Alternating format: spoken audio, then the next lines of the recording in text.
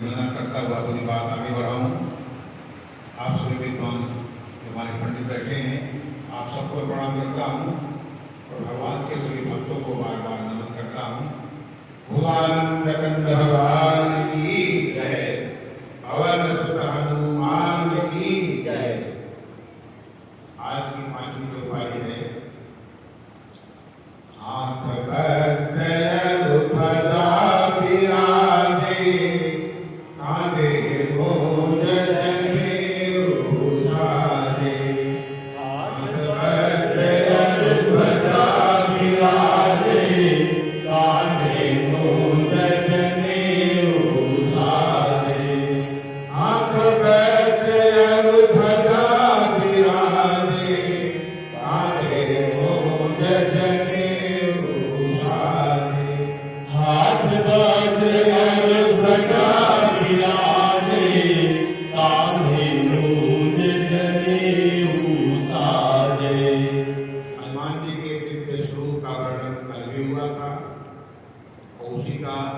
कड़ी आगे बढ़ती है।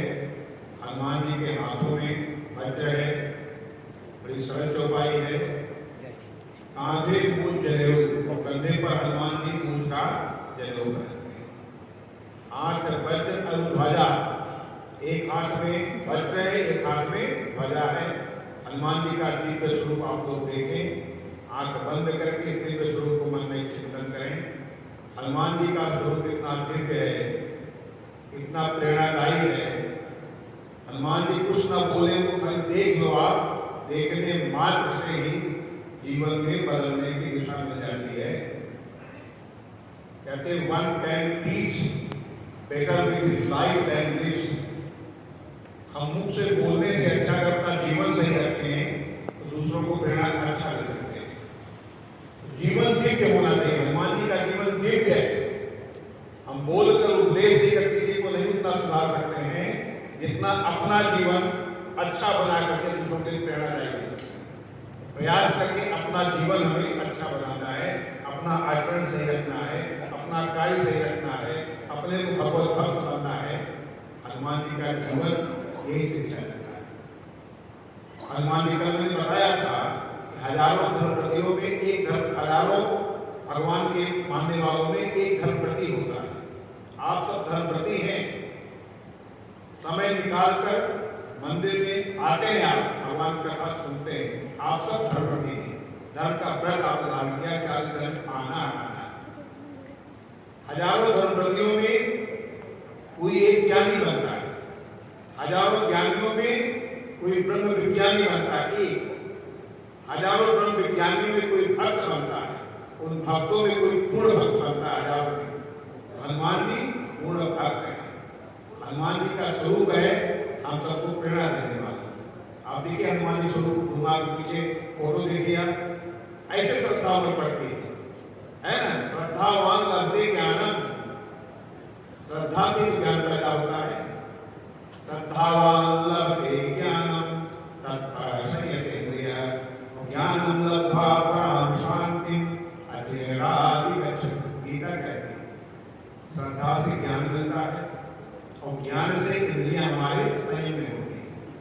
अज्ञानी आदमी जो काबू नहीं कर पाता, ज्ञानी आदमी कर पाता। श्रद्धा से ज्ञान, ज्ञान से इंद्रियां अपनी काबू में रहती हैं और जब इंद्रियां काबू में हो जाती हैं तो क्या होता है, हमारे मन में शांति आती है और वह शांति इटर्नल होती है, जन्म जन्मांतर नहीं छोड़ती, साथ कई जन्मों में साथ जाएगी। तो श्रद्धा मूल है शांति का, खुशहाली का, आनंद का जड़ है श्रद्धा। श्रद्धावान लभते ज्ञानम तत्परशयते इंद्रिय। इस तरह से हनुमान जी का स्वरूप है श्रद्धा का स्वरूप। कल यहाँ जा रहा था, भक्त मिल गए, कथा बोले सुनते हैं, संत हनुमान जी शिव के अवतार हैं, कोई कहता राम के अवतार हैं, कोई कहता ब्रह्म के अवतार हैं। सही किसको मानना है? मैं जा रहा था जल्दी कल मैं आपकी कथा सुनाऊंगा, है ना। जिसके मन में श्रद्धा हो आज कथा में ध्यान सुनना। प्रभु राम जब अयोध्या से आए थे, लंका से वापस आए थे, अयोध्या के राजा बने थे, उस समय प्रभु की सेवा में सब लग गए थे। सीता माता भी, लक्ष्मण भी, भरत भी, शत्रुघ्न बहन भी, माताएं भी कि प्रभु कितनी सेवा कर रहे हैं, 14 साल के बाद बेटा मिला। हनुमान जी बेचारे कोई काम नहीं पाए, सबका काम बटा हुआ था। भरत जी राज काम करते थे, लक्ष्मण जी उनके साथ छाया ग्रह बने रहते थे, सीता माँ का खाना पीना स्वयं सब व्यवस्था सीता माँ देखते। हनुमान जी कोई ड्यूटी थी नहीं, बड़ी निराश हो गए हनुमान। प्रभु की सेवा करने में मिल रही थी, भगवान के भक्त आई पैसे भी देते आए। बाद में मैं अकेले था, यहाँ गई है भगवान के सेवक हमसे बड़े बड़े हैं। हनुमान जी बेचारे उदास होने लगे, भगवान ने उनकी उदास समझ लिया। हनुमान जी आप सबकी ड्यूटी देखो, जो अपनी ड्यूटी में चूक करे आपको काम आप दे देना। हनुमान जी का हफ्ता ऐसे प्रतीक्षा की शायद कोई ड्यूटी मिल जाए, लक्ष्मण भैया कहीं चूक जाए, माता जानकी कहीं चूक जाए, भरत जी चूक जाए, तो चूकने वाले थे नहीं कोई। उनका आपको कोई काम प्रभु आपके सेवा में कर नहीं पाएंगे। हफ्ता बीत गया, आज तक कोई अपनी ड्यूटी से कमी नहीं किया। अगर आपकी आज्ञा हो तो मैं सत्संग में चला जाऊँ, है ना, मैं अयोध्या में जैसे यहाँ गीता आश्रम है ना, वहाँ भी सत्संग चलता था। भगवान ने कहा ठीक है, यही सत्संग अच्छी बात है, तो आप मन में शांति आई, कथा सुनेंगे आप भगवान। हनुमान जी थोड़ा अपना रूप बदल करके सामान्य इंसान बन करके एक कथा में बैठ गए, ब्राह्मण बन गए। पंडित बताया कि हनुमान जी हमेशा कई बार ब्राह्मण बने, तो सत्संग के ब्राह्मण बनकर चले गए, सामान्य ब्राह्मण बन करके कथा में पीछे बैठ गए। पंडित जी कथा सुना रहे थे, और कथा सुना रहे समझो हनुमान जी की कथा सुना रहे। हनुमान जी बैठे हैं, है ना, रूप बदल करके, उनको पहचान नहीं रहा, उन्हीं कथा सुना रहे पंडित कह रहे कि लंका में हनुमान जी गए, असुरों का संहार करना शुरू किया। सब वाटिका में तो मेघनाथ गया, उनको बंदी बना करके ले आया रावण के दरबार में। रावण ने हनुमान जी को भड़काना चाहा, तुमने गलत किया है, दंड तुम्हें मिलेगा, हमारे असुरों का तुमने बच किया है। हनुमान जी गुस्से में आकर के जो है फूंक मारा, पूरी लंका जलने लगी।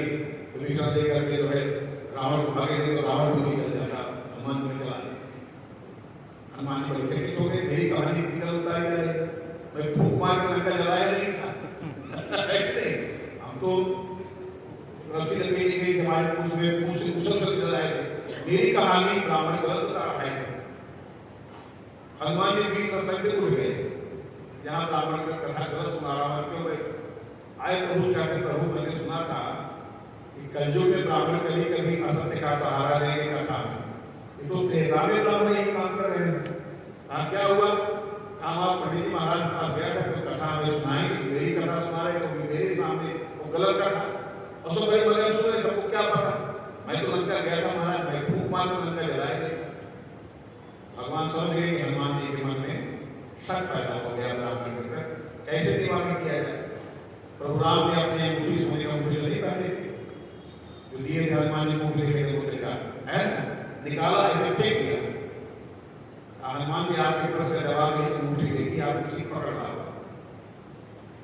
हनुमान जी अंगूठी पीछे पड़ गए। अब जितना हनुमान जी पीछे जा रहे हैं, अंगूठी उठते भाग रही है। प्रभु को माया देखी, अंगूठी फेंका, हनुमान जी पीछे गए, अंगूठी भागती जा रही। हनुमान जी कहा प्रभु ने कितने जोर से अंगूठी मार दिया, देखो मैं नहीं पकड़ पा रहा, धरे दिया अंगूठी को। और हनुमान जी कोई भाग सकता है, अंगूठी कब तेज होती गई, धरती खत्म हो गई, समुद्र आ गया, वही समुद्र के ऊपर चली गई अंगूठी। हनुमान बड़े चिंतित हो गए, प्रभु ने एक आज्ञा दिया अयोध्या में अंगूठी लाने का, तो गई समुद्र का, मैं क्या करूं।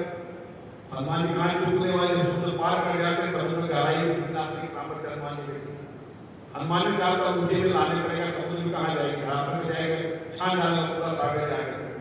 हनुमान जी जंप कर गए समुद्र में, नीचे गए तो समुद्र का धरातल नहीं मिला, समुद्र बड़ा गहरा था, महासागर बड़ा गहरा होता है 9,000 मीटर से ज्यादा गहराई है महासागर। अब इतनी गहराई वहां तक पहुंच नहीं पाया हनुमान जी वहां एक लोक दिखाई पड़ा, उस लोक में हनुमान जी पहुंच गए। सोचते पक्का अंगूठी यहीं पर आई होगी, लेकिन इसके अंदर झाँका जाए कहा तो बहुत बड़ा लोक दिखाई पड़ रहा है। वहां पर दो पहरेदार खड़े थे, बिल्कुल हनुमान जी थे, जैसे ये हनुमान जी हैं सेम ही शक्ल से, तो हनुमान जी खड़े पहरेदार। हनुमान जी सब कुछ देखने वाले, हम देखा है तो दोनों हनुमान हैं, मेरे समान बलशाली भी हैं। हनुमान जी नाम पूछा कि भाई आपका नाम क्या है, कहते मैं राम भक्त हनुमान हूँ। हनुमान जी चकित हो गए, तो मेरा ही स्वरूप है, इनसे जो है लड़कर हम जीत नहीं पाएंगे, दो हैं, मेरी बराबर है, दोनों हैं और दोनों राम भक्त हैं। इनसे बुद्धिमानी से काम नहीं। हाथ जोड़ कहते मेरे प्रभु राम के मुट्ठी इधर आई है, अगर आपकी आज्ञा हो तो मैं अंदर जाके छोड़ दूं। आप हनुमान का नाम है, हनुमान का जाइए। हनुमान की आज्ञा मिल गई, अंदर चले गए प्रवेश की। अब वहां जगह जगह बड़े बड़े संतरी लगे, बड़ी माने शक्ति वहां पर। संतरी कोई अलग टाइप नहीं था, सारे हनुमान जी हैं, सारे हनुमान जी हैं। विनम्रता सबसे आगे बढ़ने का आदेश देते हुए कम से 20 लोगों को पार करके हनुमान जी अंदर पहुंच गए। 20 हनुमान जी आज तक लगे।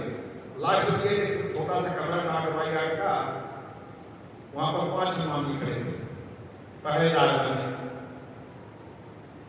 कहा इसी कमरे के अंदर हमारे साथ अंगूठी गई हो, ये देख लिया है, कहा तेरी अंगूठी बेहतर मिल जाएगी, जाओ वो ले जाओ, उसको आप मिल जाएगी। अंदर गए, देखते एक बुजुर्ग हनुमान जी थे, हमारे बड़े बुजुर्ग हैं, 82 साल के, 82 साल हनुमान जी बैठे थे, एकदम बुजुर्ग थे, बालों के जो पके हुए थे, लेकिन हनुमान जी वो भी थे, साधना में नहीं थे। हनुमान जी गए चुपचाप वहां पर सामने बैठ गए, उस पूरे हनुमान जी के साथ। उनका ध्यान टूटा, देखा दूसरे हनुमान जी बैठे। आप कैसे पधारे?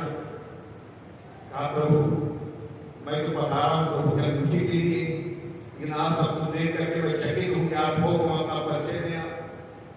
कहा अंगूठी रखी, पहले अंगूठी दे दो। माने दौरी टाइप का था, तो क्या बोलते टोकरी थी, टोकरी में उसमें कई अंगूठियां रखी थी, 14-15 अंगूठियां रखी थी। कहा प्रभु की अंगूठियां हैं, इसमें कोई एक उठा लो। हनुमान ने कहा भाई प्रभु एक ही अंगूठी यहाँ 14-15 कैसे होगी? हाँ महाराज इसमें आप उठा के तो मैं नहीं पहचान पा, सबसे अंगूठियां हैं, मैं कैसे उठाऊं? उन्होंने एक अंगूठी उठा करके दे दिया, कहा तुम्हारे प्रभु नहीं पहचान पाएंगे, कोई भी ले जाओ, सब उन्हीं अंगूठी है, अपने आप पहचान जाए, उन्हीं अंगूठी ले जाओ। हनुमान जी ने मुझे अपने पास आ रखा, मुंह रख दिया। क्या प्रभु पहले अपना परिचय दे? कहा मैं भी हनुमान। कहा आप कौन हनुमान है? कहा देखिए हर कल्प में त्रेता युग आता है, त्रेता युग में राम का अवतार होता है और हर बार हनुमान जी का अवतार होता है। जब राम आएंगे धरती पर तो हनुमान को आना पड़ेगा। और हर बार माता जानकी हनुमान जी को अजर अमर का वरदान दे देती है। हनुमान जी अजर अमर होते हैं, दुनिया तो नष्ट हो जाती है, सब मर जाते हैं, हनुमान जी का एक लोग बच गया है। जो हनुमान जी हैं, जितने कल्प बीत गए, हर कल्प में त्रेता युग आया, हर बार हनुमान जी आए, सारे हनुमान जी जमा हो जाते हैं। जब तुम्हारा भी कल्प बीत जाएगा तुम भी यहीं आ जाओगे, है ना? सबसे जूनियर हनुमान जी बनकर के आगे खड़े रहोगे। मैं सबसे पहला वाला हनुमान हूँ। मैं जब लंका गया था तो मैंने फूक करके लंका गया। कहते पंडित जी मेरी कहानी सुना रहे थे, तुमको लगा तुम्हारी कहानी है। जब मैं लंका गया था तो मैंने फूक मार कर लंका को जला दिया था, तुमने मुंह से जलाया। हरि अनंत हरि कथा अनंता, आगे बढ़ा दिए इसी को। हरि अनंत हरि कथा अनंता, कहे सुनहि गावहि सब संता। हरि अनंत हरि कथा अनंता, कहे सुनहि गावहि सब संता। भगवान अनंत है, उनकी अनंत कहानियां हैं। मन में नहीं शंका करना चाहिए ये वाली सही है या वो वाली सही है। कई कल्प बीत गए हैं, हर कल्प में राम का अवतार हुआ है, हर कल्प में हनुमान जी आ गए, दुनिया नष्ट हो गई, सब नष्ट हो गए, हनुमान जी अजर है, उनका एक लोक बन गया। जब कल्प बीत जाता है उसी लोक में भी हनुमान जी चले जाएंगे। आगे कल्प में राम का अवतार होगा, फिर हनुमान जी आएंगे। ऐसा नहीं कि एक बार राम का अवतार होगा।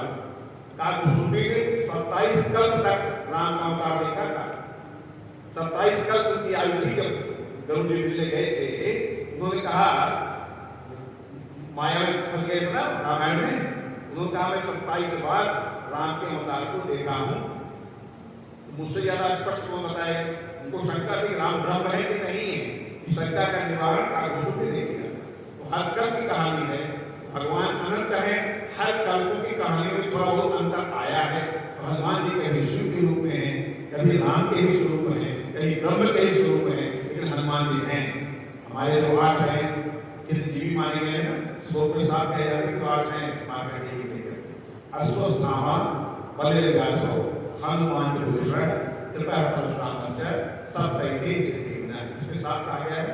एक अश्वत्थामा बलि, राजा बलि कहानी में बताए थे, व्यासो भगवान व्यास का नाम सुना होगा, है ना? कृपाचार्य, परशुराम, अश्वत्थामा, बलदेव्यासु, हनुमान, तो कृपा प्रमाण दिया गया। विभीषण कृपा परशुराम से सब कहते चिरजीवन, ये अजर अमर है, ये चिरजीवी, किसी मात्र में पार कर भी नहीं होगी, है कि नहीं? ये सब अजर अमर है, हनुमान जी अजर अमर है। कलयुग में भी हनुमान जी की बराबर शक्ति है, सभी देवताओं की शक्ति क्षीण हो जाती है, कि हनुमान जी की शक्ति के शीघ्र नहीं होती। आज है श्राद्ध पक्ष की अष्टमी तिथि, जिउतिया, ये हमारी माताएं बहनें व्रत पुरस्कार रखी हूँ। जिउतिया का मैं थोड़ी सी कथा सुना देता हूँ। राजा के जीवनवाहन नाम था उनका, 60 बता रहा हूँ, खुद कहानी बताऊंगा आपको। अपने ससुराल गए थे, बड़े उदार राजा थे, सत्यनिष्ठ थे, प्रजा को अपनी संतान के समान प्यार से करते थे, बहुत नेक राजा थे। ससुराल में गए थे, खाना खा के सोए थे, अचानक किसी स्त्री की चीखने रोने की आवाज सुनी। दौड़ करके गए, उस क्षेत्र में गरुड़ जी का प्रकोप था। गरुड़ माने गिद्ध पक्षी आते हैं ना, उनकी प्रजाति का गरुड़ पक्षी होता है, गिद्ध प्रजाति का। तो छोटे नौजवान बच्चों को ले जाकर के उसका मांस मोल खा जाता था, बच्चा मर जाता था। आतंक था उसको। उस दिन उस मां का बच्चा सीख गया, छोटे समय मां को उस बच्चा लिया गरुड़ लेकर के चला गया। जीवूत बांध गए उस मां के पास, उसका दुख सुना, गरुड़ की खोज में चले गए, तो देखा जंगल में घोंसला बना, उसमें गरुड़ बैठ कर जो मांस खा रहा है। तो बच्चा मर गया, उसमें ले गए तो मां रो रही। ये बच्चा खत्म हो गया, उसको पूरा मांस खा डाला। तो जीवूत बांध राजा थे, उन्होंने अपना बायां हाथ आगे कर दिया, कहा आपका पेट न भरा तो मेरा मांस खा जाओ। उनका बायां हाथ रोज खा गया, बायां हाथ पूरा मांस रोज खा गया। फिर दाहिना आगे कर दिया, कहा इसको खा जाओ। तो गरुड़ बड़ा परेशान हो गया कि मानी कैसा ये मनुष्य हो, इससे कोई देवता है क्या? ऐसा मनुष्य कोई सरेंडर नहीं किया, हमको खा जाओ, हमको खा जाओ। कहा महाराज आप कोई देवता है क्या? मनुष्य नहीं लग रहे हो आपको? कहा मैं राजा हूँ। कहा हमारा राजा हो, आप हमारा वध कर सकते थे, आपके पास बड़ी ताकत है, तलवार से मेरा गर्दन काट सकते थे, आप अपने को पड़ोस में खा नहीं थे। कहा मैं राजा हूँ, मेरी प्रजा पक्षी एक भूखा रह जाए, मुझे राजा ने कहा मर जाने अच्छा है।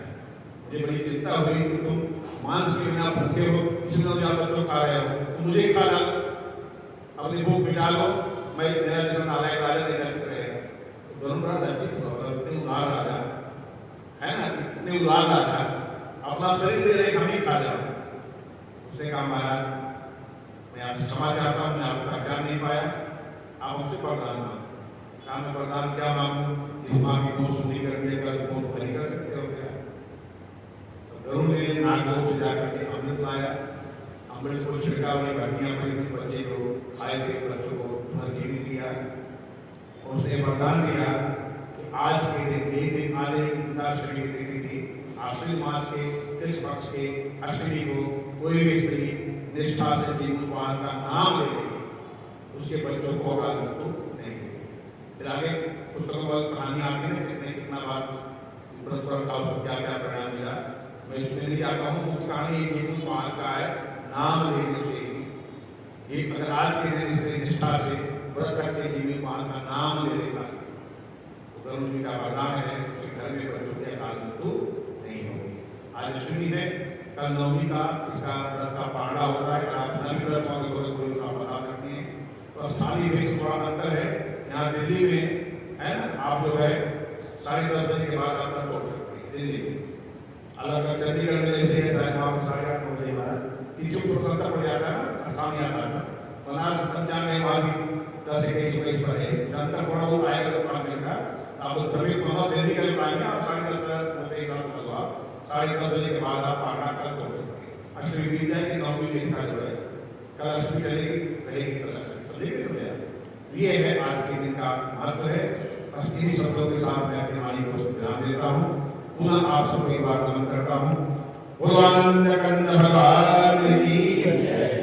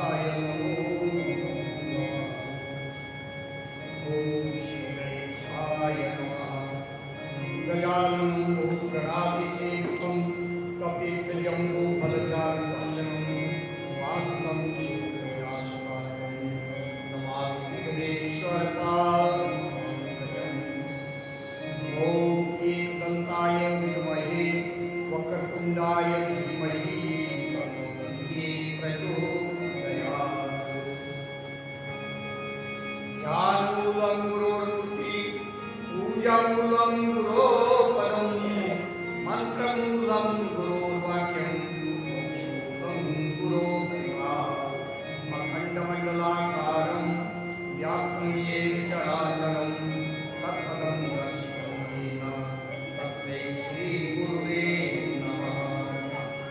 ॐ नमः शम्भवाय च मयूखवाय च नमः शंकराय च मयस्कराय च नमः शिवाय च शिवतराय च।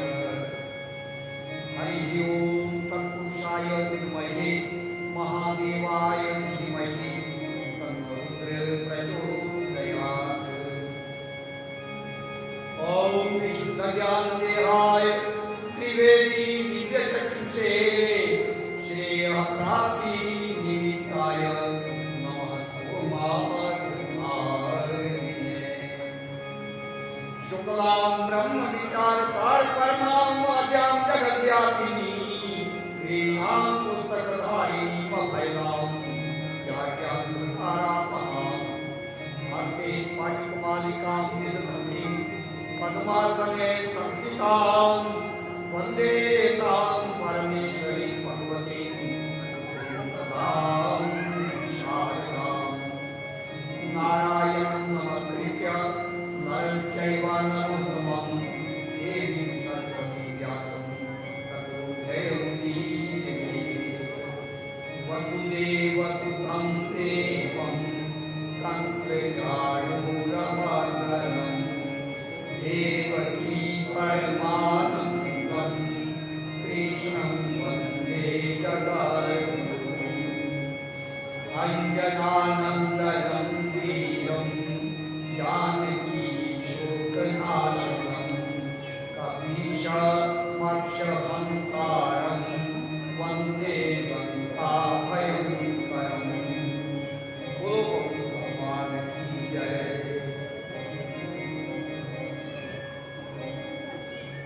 हनुमान जी का आज का जो चौपाई का प्रसंग है वो प्रारंभ होता है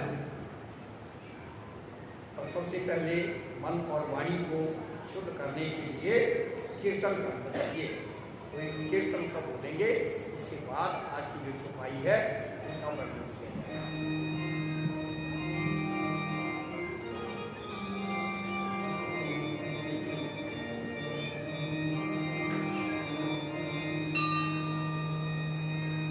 श्री राम चैतन्य प्रभु नित्यानंदा।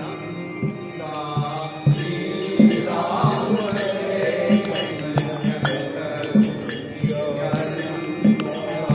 श्री राम चैतन्य प्रभु नित्यानंदा। हरे राम हरे राम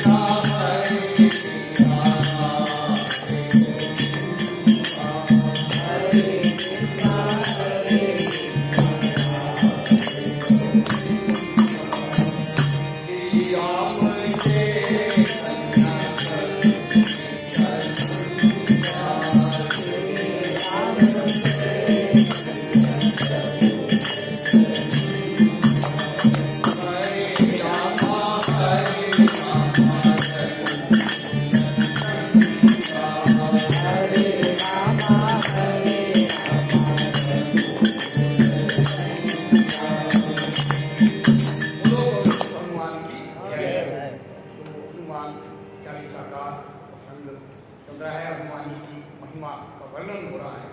वास्तव में हनुमान जी के वर्णन में भगवान राम कथा बीच में, हनुमान चालीसा में राम कथा समाई हुई है।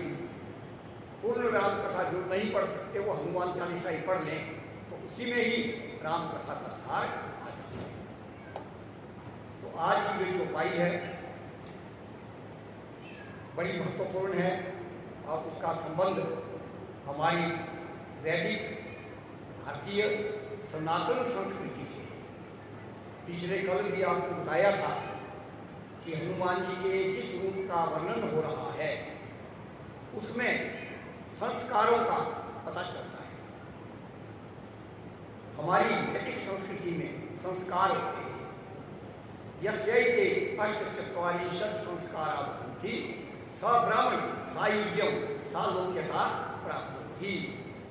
इसका अर्थ हुआ कि हमारे जिसने मनुष्य को जिसके 48 संस्कार हो जाए वो सायुज्य और सालोक्य मुक्ति प्राप्त करता है। सालोक्य होते हैं जिस लोक में भगवान रहते हैं, भगवान का जो धाम है परम धाम, या तो वहाँ को प्राप्त होते हैं या सायुज्य भगवान के साथ ही मिल जाते हैं। उनमें और उनमें कोई किसी प्रकार का भेद नहीं होता है। तो संस्कारों के अंदर इतनी शक्ति होती है। 48 संस्कार ना कर सके तो उसके 3 हिस्से कर दीजिए। 16 संस्कार हमारे यहाँ होते हैं। कोई भी बच्चा होता है तो उसके 16 संस्कार होने चाहिए। पर कलयुग के प्रभाव से उसमें भी कुछ संक्षिप्तीकरण हो गया। अब 16 संस्कार तो पूरे किसी को पता भी नहीं है क्या क्या होते हैं। फिर 10 संस्कार माने जाते हैं और होते हैं। पर 10 में भी अब ऐसा घनघोर कलयुग आ गया है कि उन 10 में भी पूरे नहीं होते। आदमी जब पैदा होता है संसार में आता है, बल्कि माँ के गर्भ में आता है, वहीं से संस्कार शुरू होते हैं। और 3 संस्कार तो बच्चे के पैदा होने से पहले ही पूर्ण हो जाते हैं। फिर जात कर्म संस्कार होता है बच्चे के पैदा होते ही। फिर नामकरण संस्कार होता है, नाम रखा जाता है बच्चे का।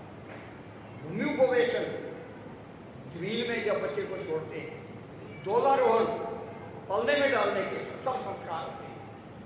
अन्नप्राशन, 6 महीने का जब बच्चा हो जाता है तो अन्नप्राशन संस्कार किया जाता है। निष्क्रमण, बच्चे को ऐसे ही नहीं उठा करके ले जाते, उसका मुहूर्त देखा जाता है, घर से बाहर ले जाना है, कहीं मंदिर में ले जाना है, ये संस्कार। फिर होता है चूड़ाकरण संस्कार। तो बच्चे के जो गर्भ के बाल होते हैं उनको उतारा जाता है। फिर बच्चे के अपने बाल जो है वो आते हैं।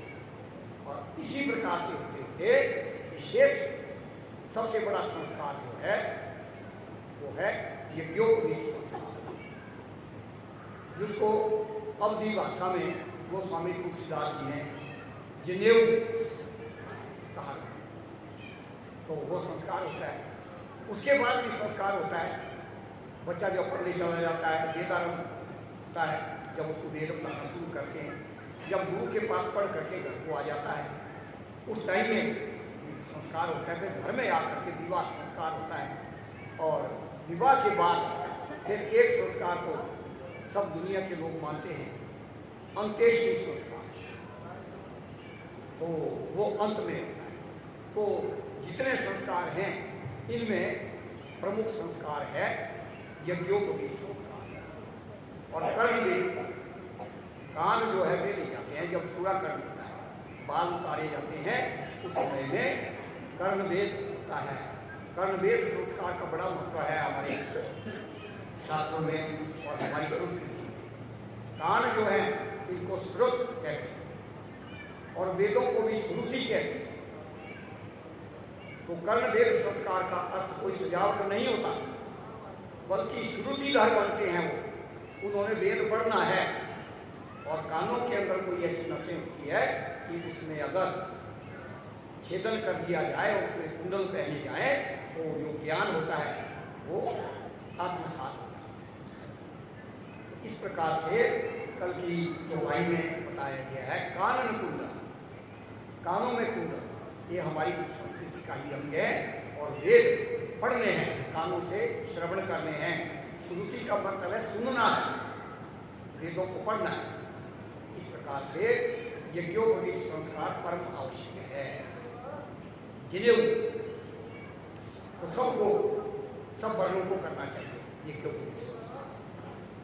ब्राह्मण के बच्चे को 5 साल में उत्तम प्रथम श्रेणी का यज्ञोपवीत, 8 वर्ष में मध्यम और 11 वर्ष ब्राह्मण का बच्चा हो जाए तो तृतीय श्रेणी में आता है यज्ञोपवीत संस्कार, 3rd क्लास। ऐसा नहीं। तो इस प्रकार से क्षत्रिय का 8 वर्ष में उत्तम और 11 वर्ष में मध्यम और 16 वर्ष में अधम।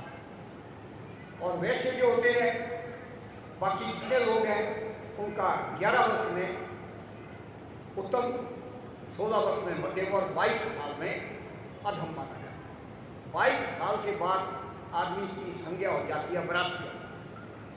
मतलब अगर उसका यज्ञोपवीत संस्कार नहीं हुआ तो उसके हाथ से देवता, ऋषि और पितर कुछ भी ग्रहण नहीं करेंगे। तो ये हमारी संस्कृति है कि यज्ञोपवीत जरूरी होता है। कहते हैं कि विवाह हो चाहे ना हो, इसकी माता पिता को चिंता नहीं करनी चाहिए। कई ब्रह्मचारी होते हैं, विवाह ही नहीं करते, ऐसा भी होता है। तो विवाह की चिंता ज़्यादा नहीं करनी चाहिए, चिंता करनी चाहिए यज्ञोपवीत की। यज्ञोपवीत का मतलब होता है द्विज, संस्कारा द्विज उच्यते।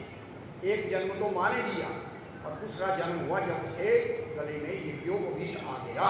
तो हर माता पिता का कर्तव्य होता है कि अपने बच्चों के विवाह की चिंता ना करके यज्ञोपवीत उनको जरूर बना दो, क्योंकि मनुष्य का शरीर मिला है और मनुष्य के शरीर के द्वारा उन्होंने 3 ऋण उतारने हैं। पैदा होते ही सिर में 3 ऋण हैं। एक है देव ऋण, देवताओं का, एक है ऋषियों का ऋण और एक है पितरों का ऋण। अगर यज्ञोपवीत नहीं होगा तो कैसे ऋण उतारेंगे?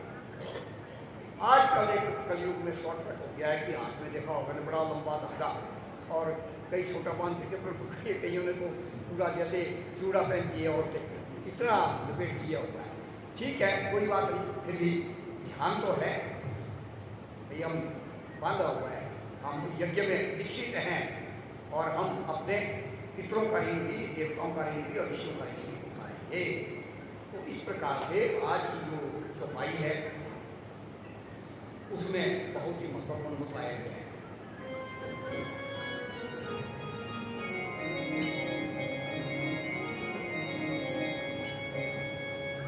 हाथ बाजिया बजा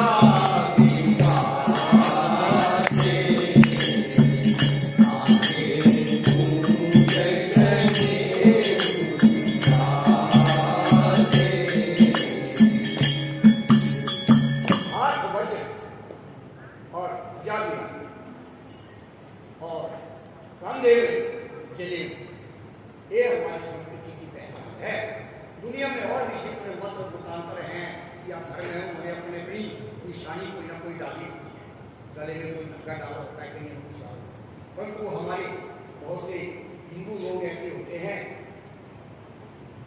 इस भारत में कि वो कुछ नहीं करते। उनको पूछा जाए कि तुम कहाँ के हैं, इस प्रकार उनके पास कोई आइडेंटिटी, तो पहचान तो होनी चाहिए। तो हमारी पहचान है यज्ञोपवीत तो कम से कम होना चाहिए, माथे में तिलक हो, यज्ञोपवीत हो और हाथ में धागा बंधा हुआ हो, ठीक है, पहचाने जा सकते हैं कि आप सनातनी हैं, सनातन धर्म को मानने वाले हैं। तो इस प्रकार से अर्थ कामे स्वसक्ता नाम, अर्थ कामे स्वसक्ता नाम धर्म ज्ञान के लिए थे धर्म जिज्ञासमान आना प्रमाणम परमम श्रुति ही।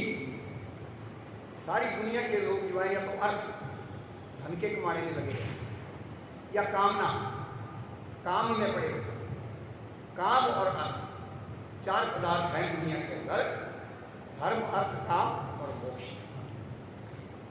तो इसमें कुछ अर्थ कमाने में ही अपनी जिंदगी व्यतीत कर लेते हैं, कोई काम में जिंदगी व्यतीत कर लेते हैं।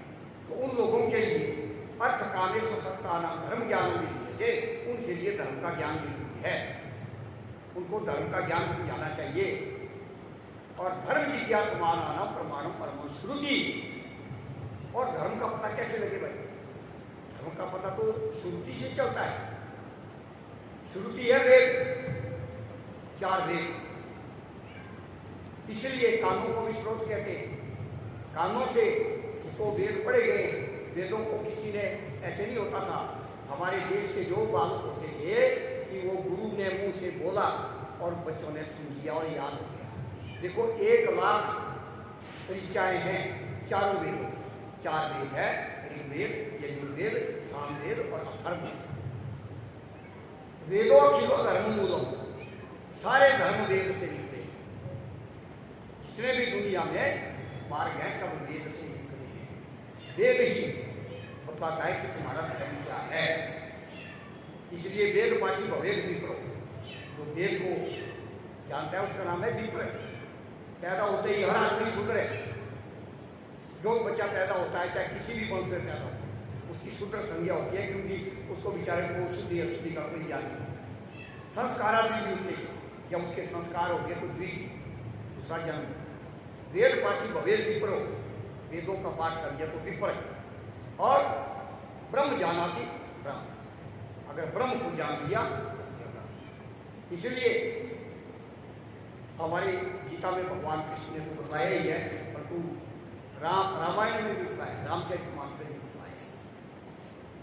भगवान राम लक्ष्मण को अपने भाई को बुलाते हैं, राम गीता कहते हैं उसको। प्रथम ही प्रचरण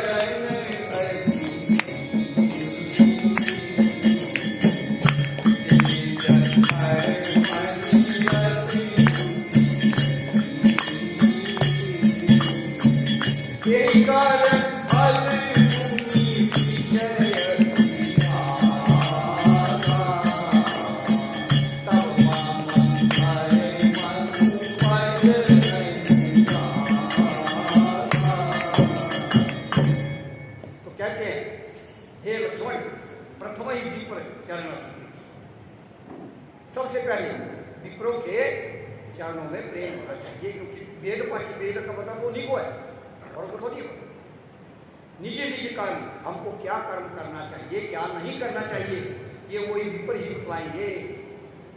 श्रुति, जो श्रुति ने वेदों में बोले वो कर्म विप्र बतलाएंगे। यही कर्म फल पूरी विषय ज्ञान, और उसी से आदमी को ज्ञान और वैराग्य दोनों प्राप्त। तब मम धर्म उपजे अनुरागा, उसके बाद गीता का ज्ञान होता है। मम धर्म, रामचरितमानस में भगवान ने बताया मम धर्म। श्रीमद् भगवद गीता धर्म से शुरू होती है और मम में समाप्त। तो गीता ही सबसे बड़ा ज्ञान है, गीता के बड़ा कोई ज्ञान नहीं। तो उसका अनुराग होता है, वो गीता का ज्ञान आदमी के अंदर आ जाता है।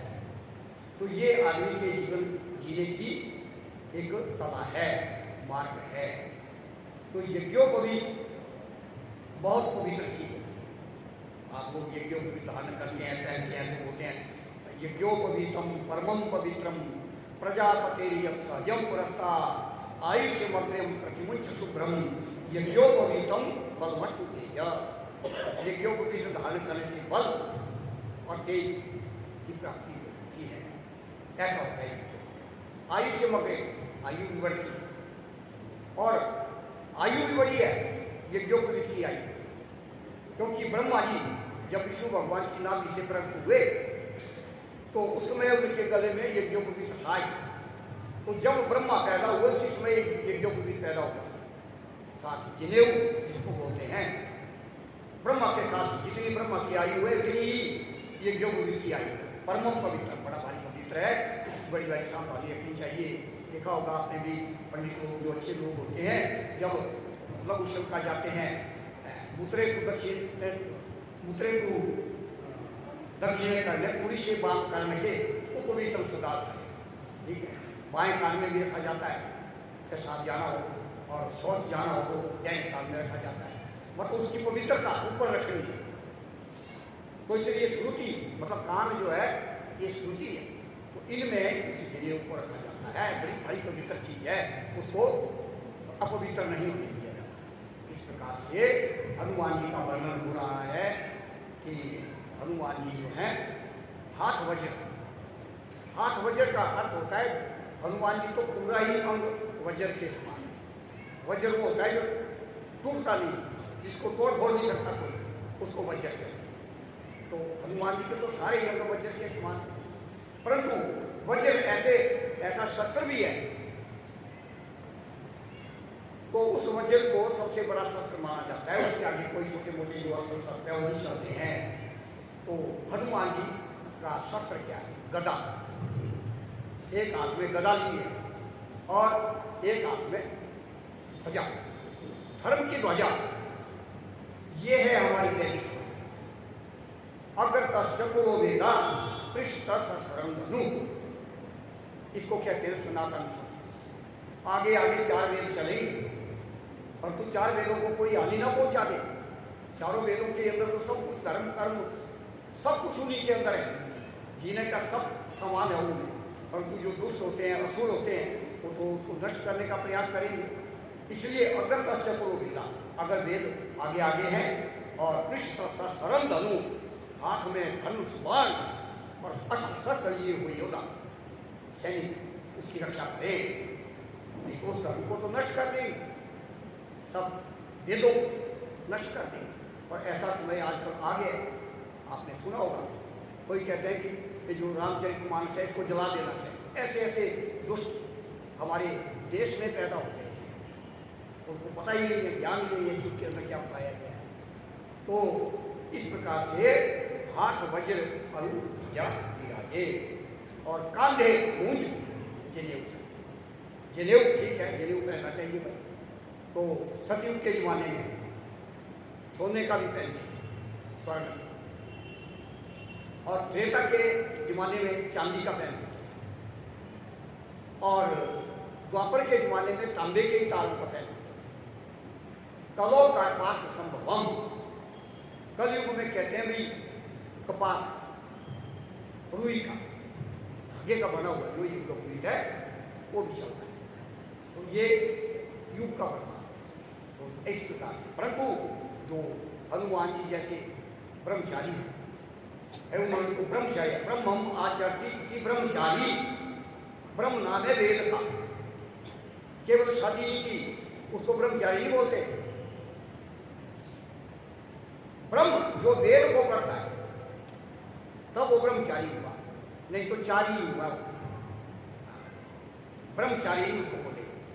किसी की औरत नहीं है, नारी औरत तो मर गई या मतलब शादी नहीं हुई या कुछ भी हुआ तो बोलिए तो ब्रह्मचारी है। काहे का ब्रह्मचारी? वेद भी पढ़ाया, ब्रह्मचर्य का धारण करते हुए वेद पढ़ने का विधान है, तब वो ब्रह्मचारी होता है। तो वेद भी पढ़ना है और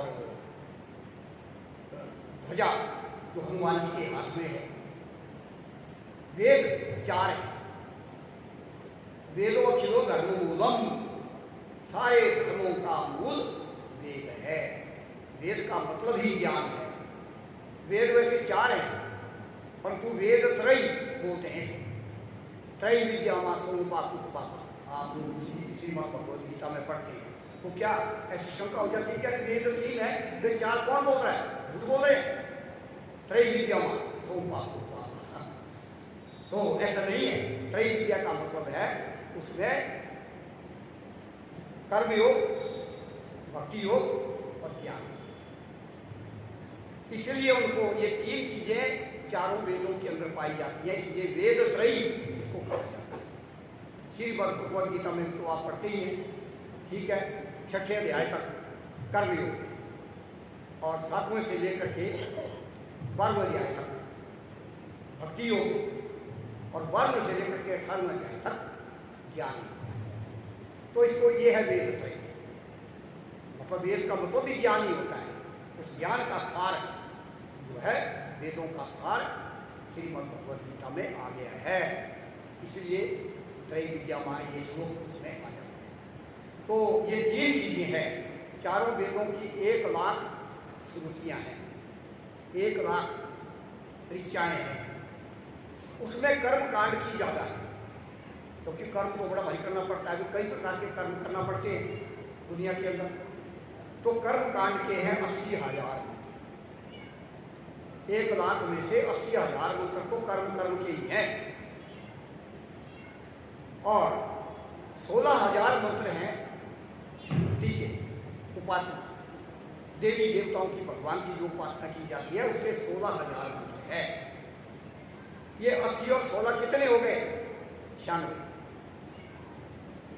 तो जब यज्ञोपवीत बनाया जाता है धागे का, ये जो 4 अंगुलियां होती हैं, इसमें 96 बार लपेटा जाता है।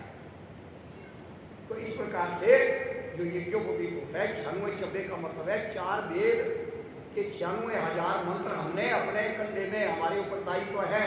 कंधे का मतलब है दायित्व है, जब तक जिंदे हैं तब तक वो पूरे करने हैं। 96,000 मंत्र और है ये भी 4,000 मंत्र क्या है?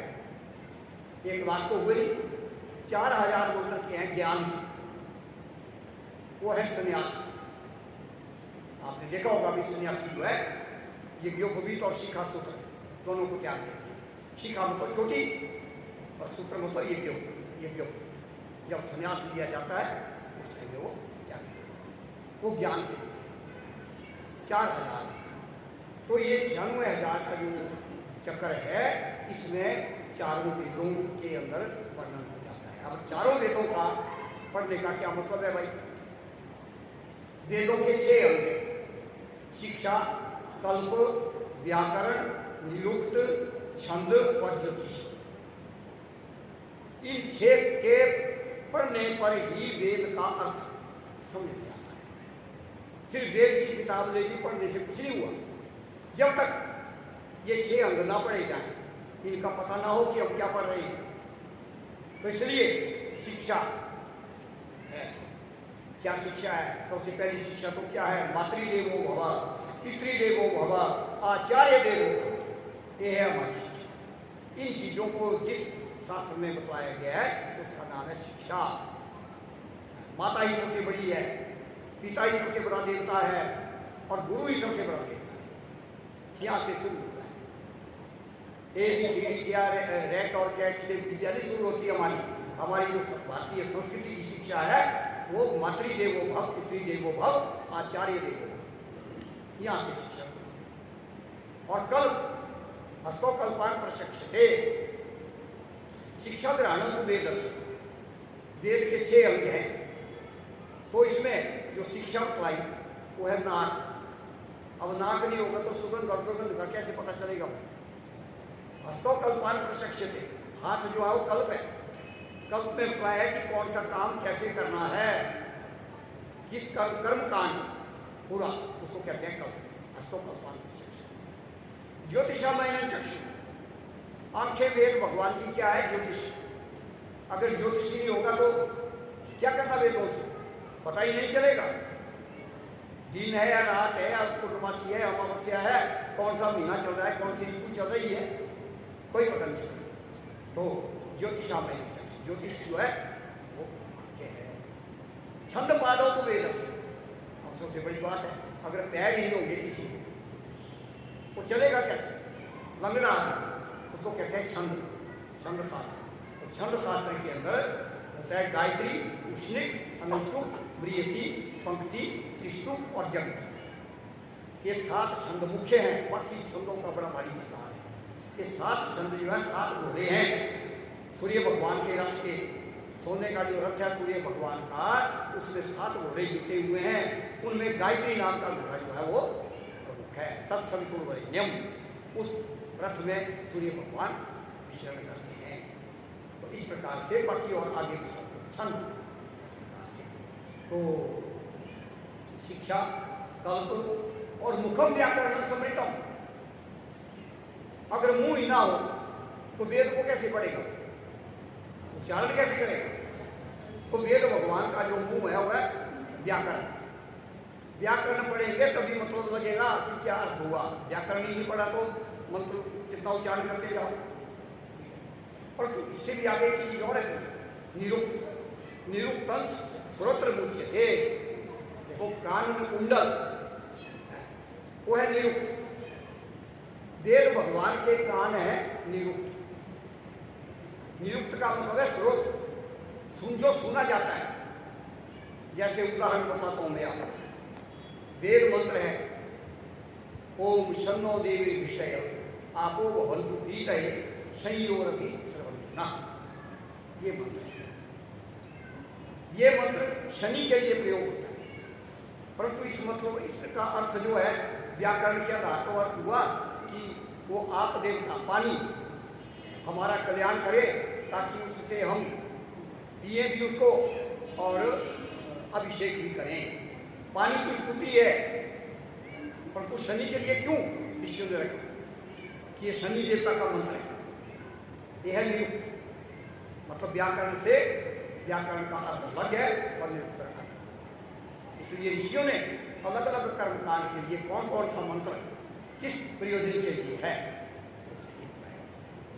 जैसे महामृत्युंजय मंत्र पढ़ते तो एक परिक्रमणे विनियोगा, मतलब शंकर भगवान की जो परिक्रमा की जाती है उसमें महामृत्युंजय मंत्र पढ़ा जाता है। त्र्यंबकम यजामहे सुगंधिम पुष्टिवर्धनम उर्वारुकमिव बन्धनात् मृत्योर्मुक्षीयम् अमृतात्। और क्यों रखा ऋषियों ने इसको कि भाई ये परिक्रमा करनी है शंकर भगवान की। मंत्र है, बाकी अपना काम और करेगा, परंतु वहां पर प्रयोग नहीं इस प्रकार का। विष्णु और राजमसी, विष्णु संपत्रे, विष्णु भगवान का मंत्र है वेद का। विष्णु और राजमसी, विष्णु संपत्रे, विष्णु सिंहसी, विष्णु दुर्भोसी, वैश्वसी, विष्णु वेत्वा। ये तो विष्णु की स्तुति है, ठीक है, विष्णु भगवान की प्रार्थना है। परंतु ये किसके लिए है? जो गेट बनाया जाता है यज्ञ में, गेट जरूर बनना चाहिए। कहीं पर भी कोई यज्ञ हो रहा हो, अगर उसमें गेट नहीं होगा तो स्वागत नहीं होगा। देवता वहां पर मुंह नहीं करेंगे उसका रखवाली के। इसलिए जो गेट बनाया जाता है उसका मंत्र क्या है? तोरण या गेट जो लगाया जाता है उसका मंत्र है विष्णु भगवान। तो इस प्रकार से व्याकरण और निरुक्त है तो 6 होते हैं। अब ये 4 वेद जो हैं उनमें क्या क्या है भाई? तो जो ऋग्वेद है, ऋग्वेद का उपवेद सम्मिलित, आयुर्वेद, जितनी भी संसार के अंदर आयु को बढ़ाने वाली औषधियां या इलाज वैदिक विद्या है वो सारी ऋग्वेद का विषय है। आयु हिता हितम व्याधेर निदान शमनम तथा विद्यते यत्र विद्वद्भि आयुर्वेद स उच्यते। उसको आयु का हित या अहित कैसे, आयु कैसे घट जाती है, आयु कैसे बढ़ाई जा सकती है। व्याधेर निदान, अगर कोई व्याधि हो जाए तो उसका निदान क्या है, कैसे पता लगाना कि ये कौन सी व्याधि है, कहाँ से पैदा हुई, और उसका शमन कैसे हो। व्याधेर निदानम शमनम। और कौन कौन सी औषधियाँ या जड़ी बूटियाँ हैं जिनके द्वारा उन जो रोगों को दूर किया, उसका नाम है आयुर्वेद। एक ऋग्वेद का उपवेद। अब आता है यजुर्वेद।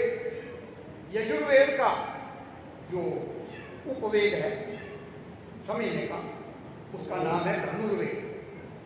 धनुर्वेद का मतलब है धनुष से संबंधित। उसमें जितने भी अस्त्र शस्त्र हैं दुनिया भर के, आपने देखा हमारे जितने भी देवी देवता हैं सबके पास शस्त्र है। कौन कहता है नहीं हिंदू जो है उसको तो हाथ जोड़ करके बैठे रहना चाहिए भाई, हम तो डरते हैं आपसे, ऐसा नहीं होता है। शंकर भगवान के हाथ में विष्णु भगवान के हाथ में सुदर्शन चक्र है, दुर्गा माता के हाथ में तो कुछ ही मत, 18 भुजा वाली माता जो है उसके 18 शस्त्र हैं, अस्त्र शस्त्र भिन्न भिन्न प्रकार के। तो हमारे जितने भी देवी देवता हैं सब कहते हैं आत्मरक्षा के लिए। ऐसा ना हो कि भाई कोई हमारे ऊपर आक्रमण कर दिया और तुम ऐसे ही देखते रह जाओ उसका मुंह। इसीलिए अस्त्र शस्त्र की विद्या, जैसे अश्वमेध यज्ञ किया जाता है। अश्वमेध का मतलब क्या होता है? अश्व क्या मतलब है? गति, गतिशीलता, चारों तरफ गतिशीलता फैल जाती थी कि कौन सा राजा चक्रवर्ती है, उसकी सब मानते थे उसको दूसरा। तो अश्वमेध का मतलब है शक्ति का यज्ञ, तो शक्ति होनी चाहिए। तो इस प्रकार से सब मानते हैं। और इसके बाद है सामवेद। सामवेद को समझने के लिए है गंधर्व उपवेद। जितना भी दुनिया के अंदर संगीत है, जितने भी गायन, वादन, नृत्य, ये सारी चीजें जिस वेद का विषय हैं उसको कहते हैं सामवेद। सामवेद का विषय है क्योंकि हमारा पता होगा आपको कि शास्त्रीय संगीत कितनी ऊंची चीज है। और उसके बाद आता है अथर्ववेद।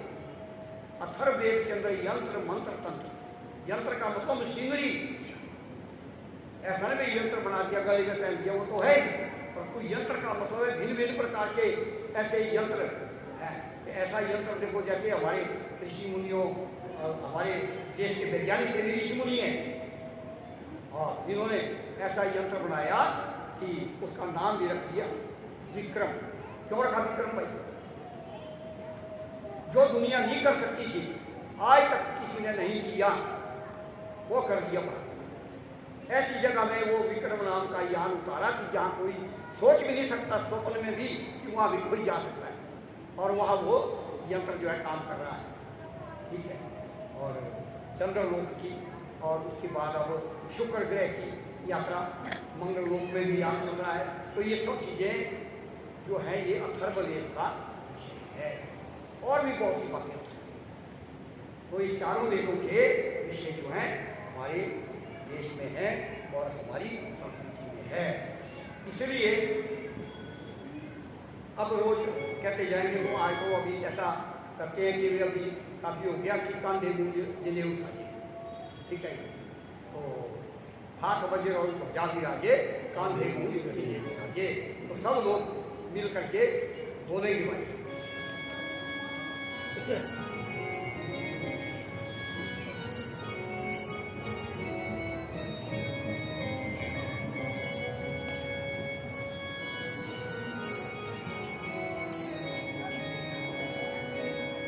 मंगल मूर्ति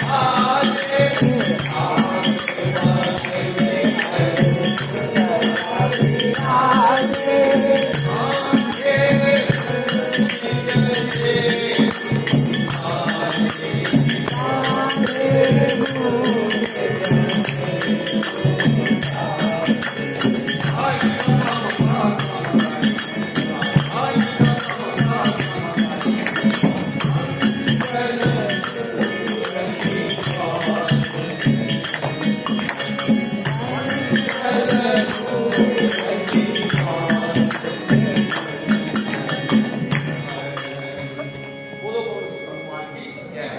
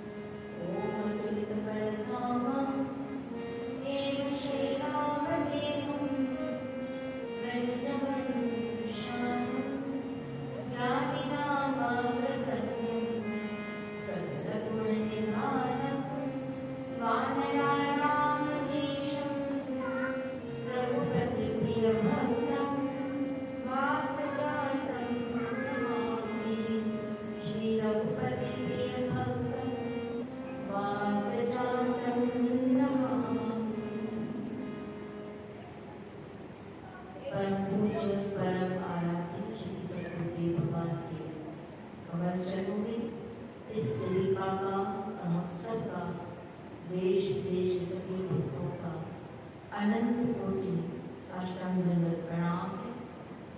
मंच पर आसीन पंडित श्री शर्मा जी, श्री तिवारी जी और आप सभी भक्तों को एक मेरा हार्दिक नमन है। बहुत बड़ी सुंदर यात्रा हमने दोनों पंडितों द्वारा सुनी।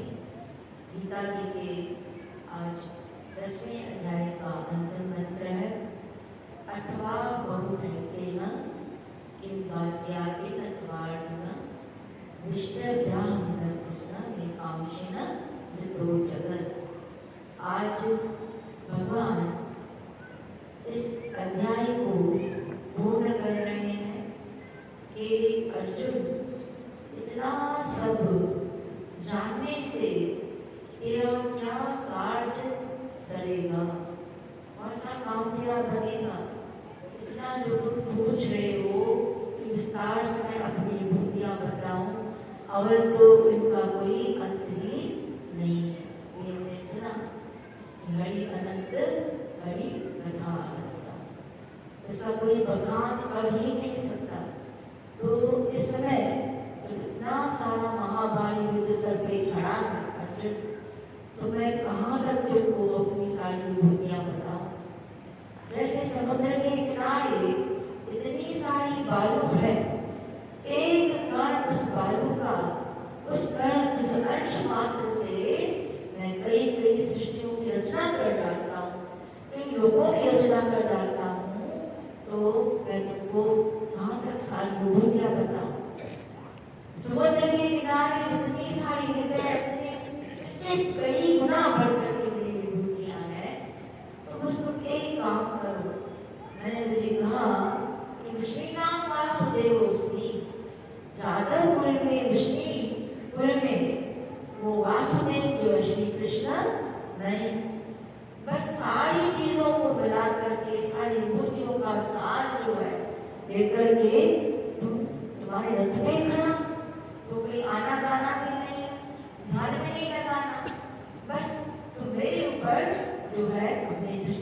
बाकी रखूं और मैं तुम्हें हमेशा अपनी कृपा देता रहता हूँ।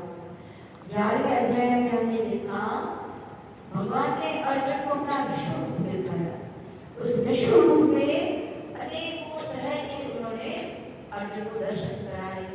अनेक प्रकार के रूपवान भी थे, तो ग्रुप भी थे, और अर्जुन निहाल भी रहा है और डर भी रहा है, थर कांप भी रहा है। विनय पूर्वक जाकर के भगवान के चरणों में दंडवत प्रणाम भी करा, प्रभु इस रूप को समेट लो। और भगवान ने कहा अर्जुन ये ऐसा रूप जो मैंने तुझे दिखाया, इसके पहले मैंने ऐसा रूप किसी को भी नहीं दिखाया। न वेद यज्ञ न दाने न चैत्याभिरत कोटिरुगे एवं रूपशत अहं लोके दुष्टजनना प्रवीण। हे अर्जुन, बहुत बड़े कोई वेद पाठी हो, उनको भी मैं ऐसा विश्व रूप दर्शन नहीं कराता हूँ, आज तक किसी ने नहीं देखा। बहुत बड़ी कोई कर्मकांडी हो, तपस्वी हो, तो वो मंत्र जाप करने वाले हो, तरह तरह का उन्होंने जो है जाप किया, साधना करी, तप किया, उनको भी ऐसा रूप भाग्य में नहीं है जो मैंने तुमको दिखाया।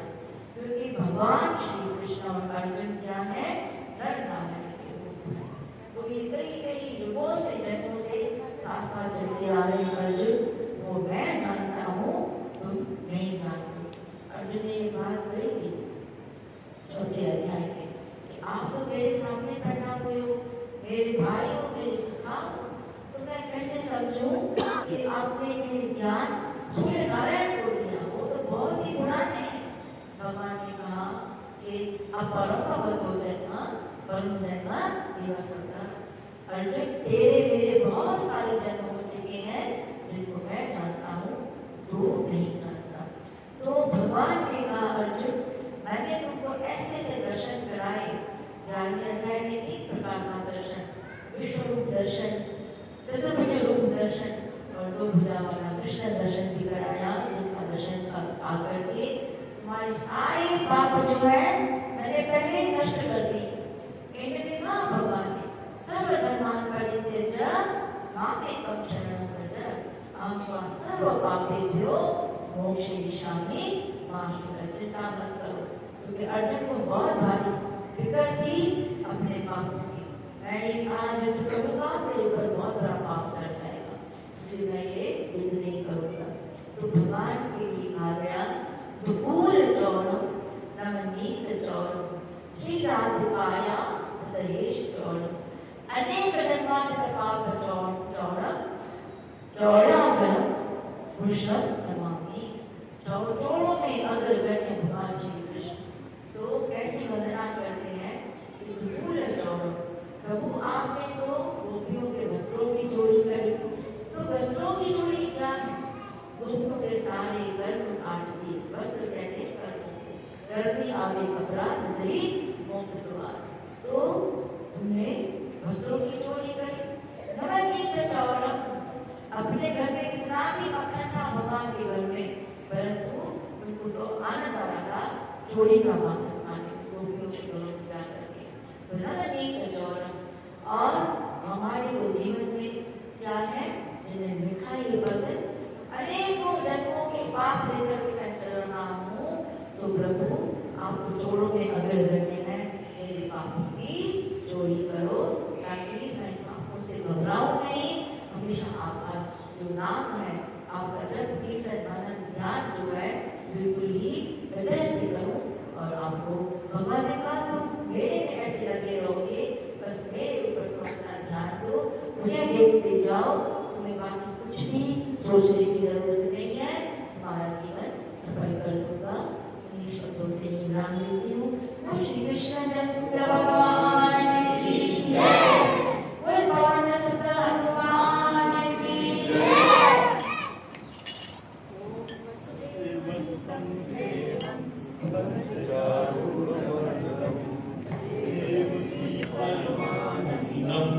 कृष्णं वन्दे जगद्गुरुं वसुदेवसुतं देवं कंसचाणूरमर्दनं देवकी परमानन्दं कृष्णं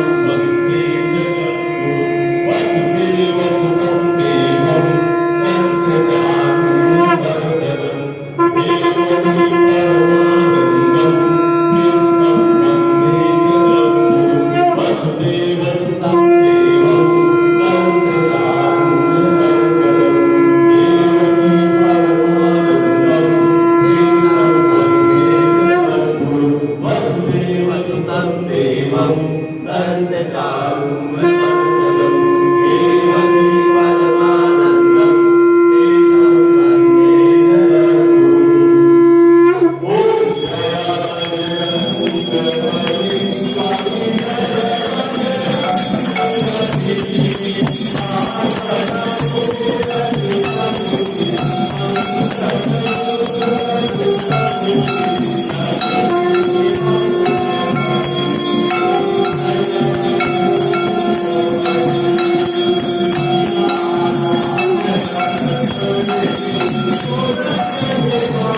you.